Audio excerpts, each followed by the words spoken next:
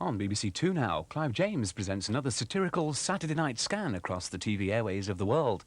And helping him tune in this week's guest is Ruby Wax. Here on One, in just over 10 minutes, we tune our dial to the FM frequency of the Nighthawk, DJ Jack Killian, whose radio show offers advice on many subjects, even debt.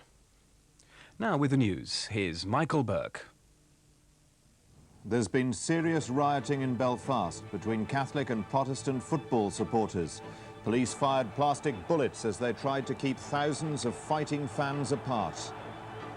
And a mother's charged tonight with murdering her 4 children.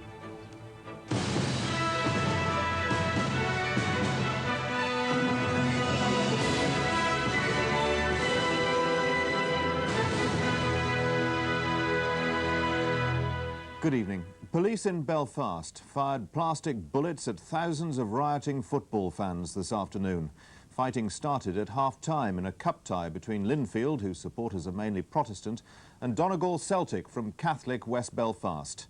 30 people, including 3 policemen, were injured and several buses were hijacked and burnt. It was always feared that this game would end in trouble. It was a cup tie between Linfield, Belfast's biggest club, with a staunchly Protestant image and support, and Donegal Celtic, a non-league club from Catholic West Belfast. The greatly swollen number of fans for the smaller club were led onto the Spion Cup terrace by police, some distance from the closest Linfield supporters. The trouble started in the first half, missiles were thrown, and as the disturbances got worse, police fired plastic bullets towards the Donegal Celtic supporters. Later, officers moved in greater numbers and in riot gear onto the terracing. And after they'd charged, they became involved in scuffles as they tried to arrest those they believed were troublemakers. The game was completed, Linfield winning 2-1. But the tie was always controversial. Donegal Celtic had been drawn as the home team, but worries about policing a game at their ground led the Irish Football Association ordering it to be played at Linfield's Windsor Park, the largest stadium in the province. That decision stood despite a court appeal this week by Donegal Celtic. 30 people were treated in hospital, including more than a dozen policemen. 2 people have been detained.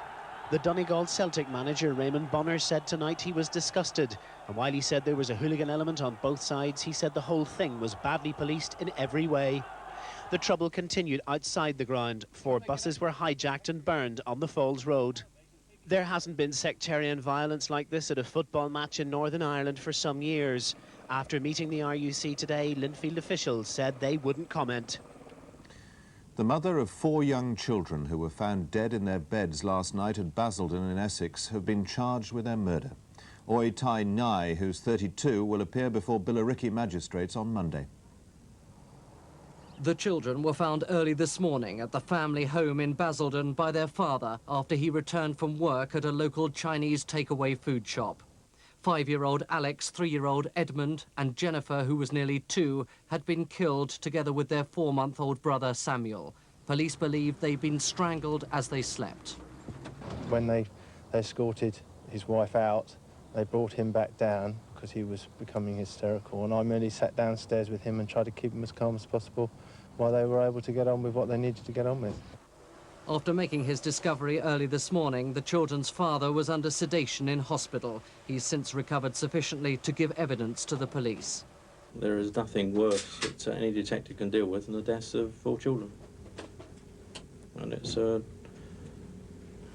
most tragic, horrendous. This evening, after questioning the children's mother at Rayleigh police station throughout the day, detectives announced that she's been charged with the murders of all 4 of her children. The man at the centre of the latest crisis facing the Channel Tunnel says that the problems could soon be resolved. Alistair Morton is the chief executive of Eurotunnel, the company overseeing the construction. The construction company, Transmanche Link, says Mr Morton must take a less prominent role. Today, Mr Morton said he had no intention of resigning. But the MP, Jonathan Aitken, whose constituency includes the tunnel site, suggests Mr Morton will take a step back. Clarence Mitchell reports. The project was misguided from the start, according to the local MP, because it was too ambitious.